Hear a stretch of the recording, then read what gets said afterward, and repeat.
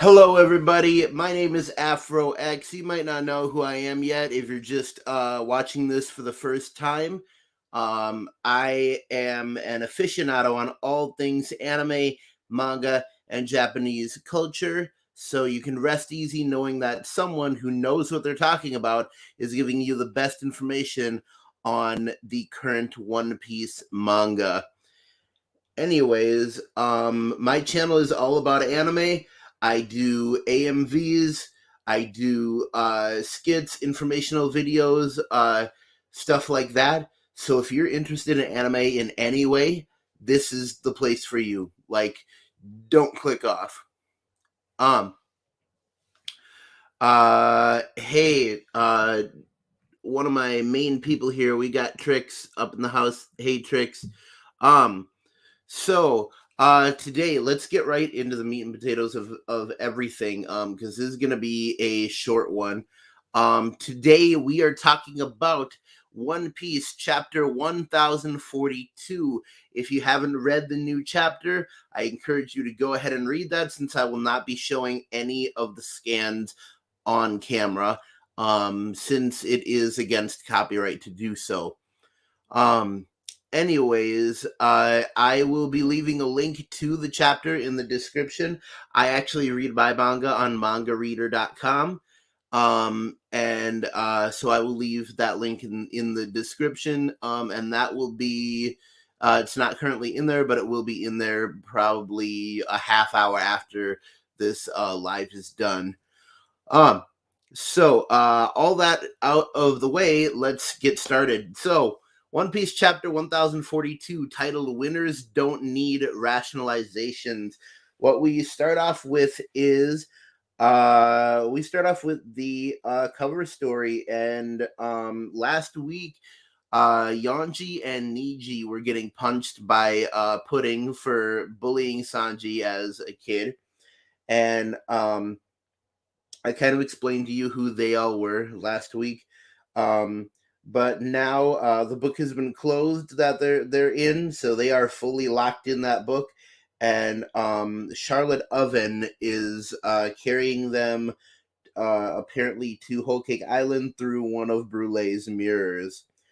Um, so heading into the chapter proper, we start off in the castle interior basement level 1. That was where um what was it? Okiku, I believe it was. She just shot the one of the CP0 members and apparently killed him. And he also finger pistoled her, and so she died also. The one of the last panels that we saw was Drake getting up, and in the first panel here we see Drake just running the other CP0 member through um, with his sword, and he is in his half human, half dinosaur form. Drake really trying to make up for everything, really trying to get on the good side of the Straw Hats because he does not want to be a dog for either the world government or Kaido anymore. Well, because originally he had made a deal with the world government to go and spy on Kaido and all his cronies, and that did not work out. So when it didn't work out, he switched sides immediately. Ooh, sorry for that yawn. He switched sides immediately, and he went to fight against Kaido to help out the pirates. Um, so he stabbed through the CP0 member, says, Drake, why?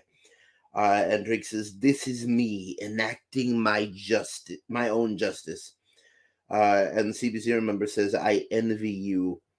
Um, I don't really know why he says that. My only guess is that what he is saying is that I don't want to be a part of this war either. I don't want to be doing this. I'm just doing this because I'm taking orders from somebody higher up.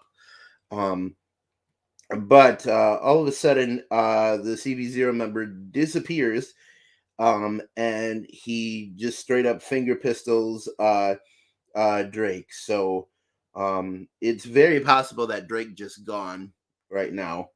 Because them finger pistols do be powerful. Uh so yeah. Everybody, the Grand Line Review specifically came up with the name, but a lot of people in the comments on this chapter are calling that CB0 member Bob Lucci. Um, a lot of people thought that Rob Lucci from the Ennie's Lobby section would be showing up. Not so, but they're calling him Bob Lucci as a joke. Then we head over. The scene changes over to the flower capital. Everybody's celebrating, having a great time. They're about to send up the sky lanterns, the traditional sky lanterns. They do this in Japan a lot, where you apparently put your wishes into the sky lanterns and send them up to the gods. The only bad thing is that the gods be battling right now.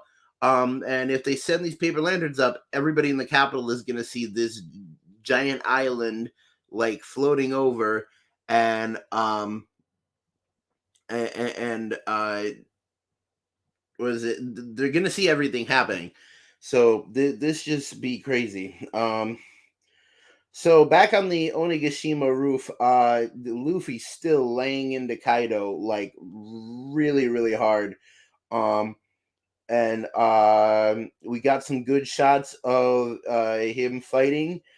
Kaido's starting to fight back here, but Luffy's like getting the upper hand, and Kaido at one point says he's altering the trajectory at whim. So Luffy's not just randomly punching. He is ensuring that every single punch hits directly where it's supposed to. Kaido can't block any of these. And he says rubber shouldn't be able to do this. And that is a very, very important line here, because we've been predicting for a long time Luffy's going to have an awakening. A lot of people been saying they are wondering if Luffy's devil fruit is the legendary devil fruit that the six elders were talking about, the one that had its name changed because it was so powerful and deadly. And so that's very important and very cool that Kaido says rubber shouldn't be able to do this. That's an extremely important point there. So Kaido's just pissed off at this point. Now he's switched from being a goof off to just being actually pissed at this point. And he's like, knock it off. I told you it hurts. And then for some reason, just because Oda likes to be funny, for no reason, Kaido kind of winks at Luffy, and he calls it the flirty drunk phase, and he goes, "Oh, stop it, you." And I love that in the middle of a huge fight, Oda can just put humor in there. Kaido's drunkenness really is the comic relief that we need right now. And Luffy does the normal anime reaction where he gets like jokingly super mad, and he's like, "You're still drunk." Kaido says, I hope you don't think you're the only one who can see the future. Kaido says, I'll take a page out of your book. He turns into his full dragon form. He's calling this the thieving drunk phase. And he goes right for it. And he completely eats Luffy. He like opens his mouth and just chomps down on our big boy. And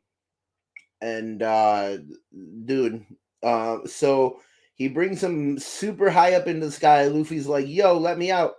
And spits him out and blast breaths him all the way through Onigashima.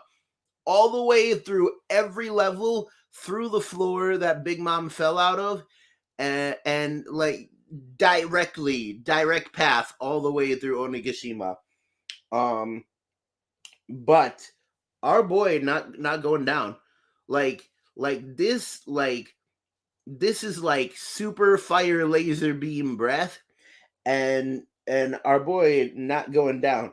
He goes bound man, and he bounds right back up right back up to the top of Onigashima, not even phased, not not even tripping for a second. Our boy gets right back up there, and he's just like, I gotta finish this. Like, I gotta get one last big good hit in.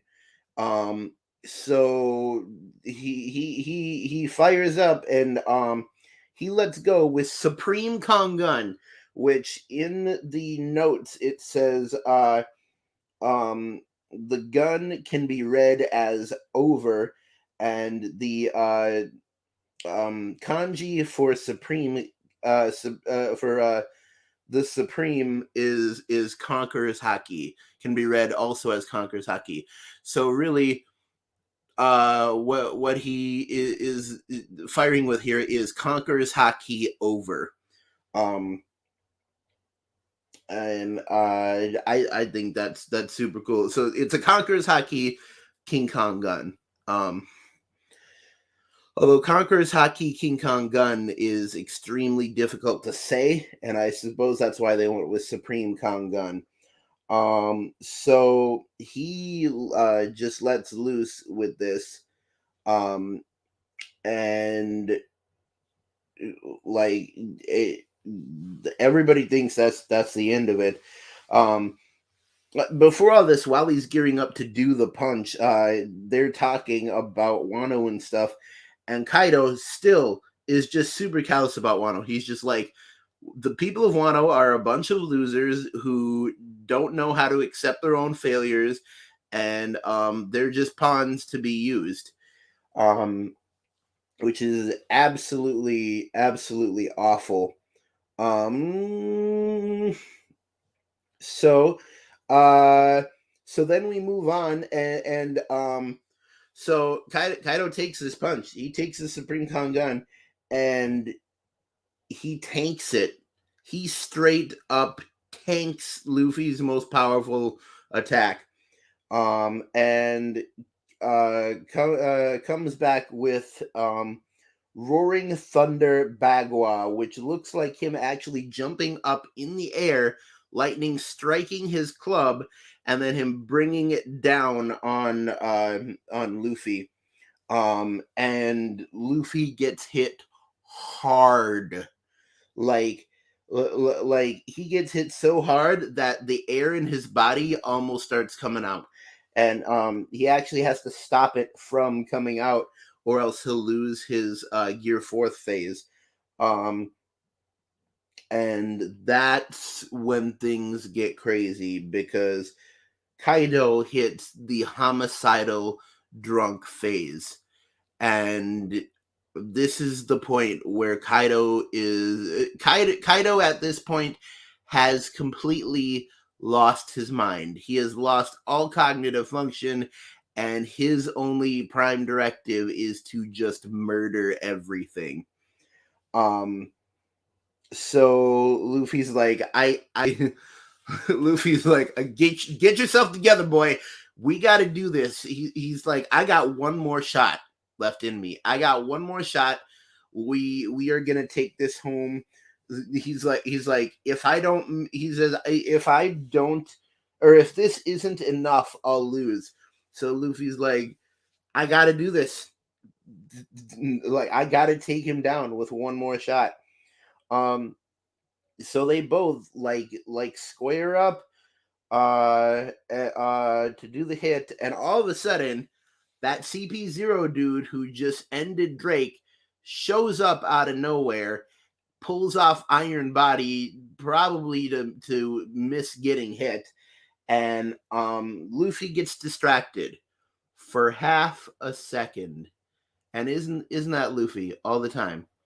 Luffy gets distracted for half a second and gets the crap smacked out of him by Thunder Bagua. Um, like looking at this last panel, like Luffy might be gone. Like we looking at some serious casualties here. I doubt Oda would kill off his main character after 1042 chapters, but It's Oda, so who the F knows? But yeah, so Luffy gets direct hit with this Roaring Thunder Bagua. Um, CP0 shows up. Kaido's confused. He's there, and right now Kaido is just confused and he's upset, and he sees that Luffy got distracted and that's why he took the hit, and something's about to happen to that CP0. Like, I hope he got like infinite strength iron body, because he about to get destroyed. Um just because Kaido saw that the Kaido's thing right now is he wants to win against Luffy fair and square. He doesn't want any distractions, no nothing. He wants to just beat Luffy into the ground himself and walk away from it laughing.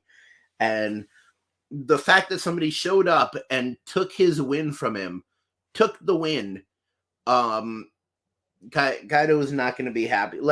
Yeah, the main point is Luffy got smacked down. Like, Luffy's out. Luffy's done. Like, at this point, the best thing that can happen for Luffy is for one of the Straw Hats to come up, grab his. I hate to use Apex terminology, but the best thing for Luffy right now would be for one of the Straw Hats to run up, grab his banner, and get the F out. Because Luffy, he probably down for the count now. Like, I doubt he's coming back from this, and if he is, I doubt he's coming back strong enough to do anything against Kaido. So yeah, grab the banner, get Luffy to a respawn beacon, and let Kaido just go. Let Kaido just lay the smackdown on this CP0 dude. One important thing to note here is, right before the Thunder Bagua hits, or the Roaring Thunder Bagua hits, there is a moment where there's a flashback to Oden, where Kaido is holding Momonosuke hostage, and what is it? Oden is trying to save him, and Oden doesn't see something, or Oden's distracted for 1 minute or something. He doesn't see something coming, and the look on Oden's face and the look on Luffy's face is nearly exactly the same, and I think Oda really wanted to bring that point home.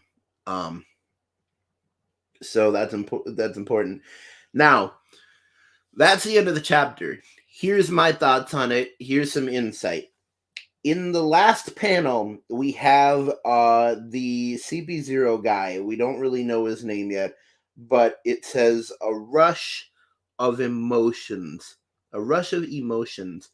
And what do you think that could mean here? How I'm taking it is, looking at his face, I looked very carefully at the panel where he did Iron Body. And especially in the panel where that hit, if you'll notice, his arm is out. What he's doing, let me see if I can demonstrate here. His arm is out, and he's touching it and going Iron Body. My assumption is that he's not giving himself Iron Body. Somehow he has improved the 6 powers so that he can give somebody else Iron Body. And right now he is giving Luffy Iron Body. He is taking control of his own justice, like Drake said, because he said, I envy you to Drake.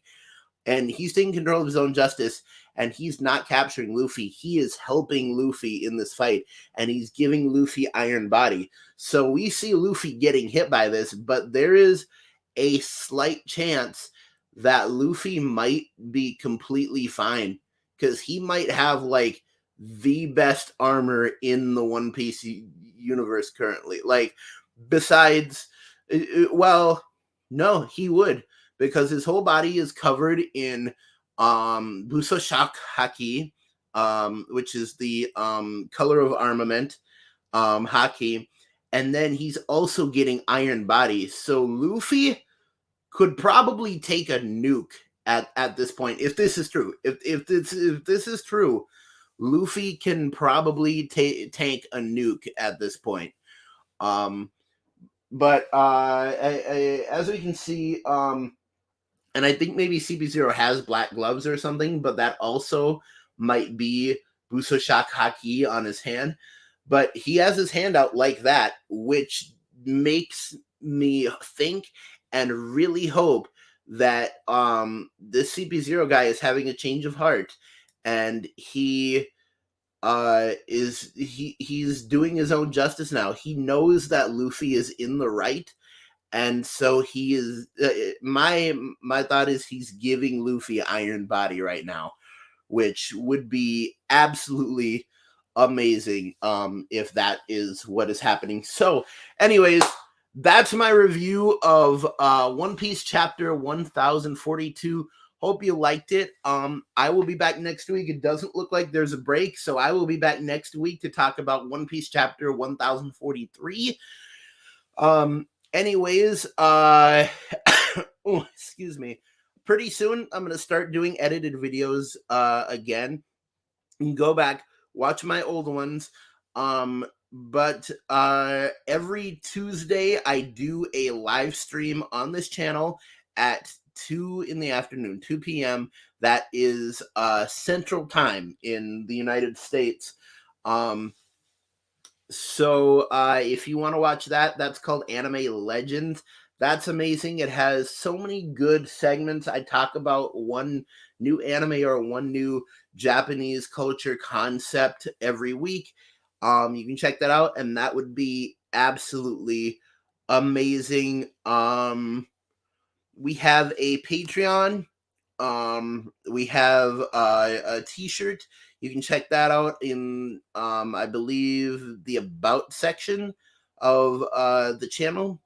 But yeah, that's about it. So keep YouTubing, YouTubers. Don't fight the fro, and always remember to stay legendary. I will see you next week for more One Piece.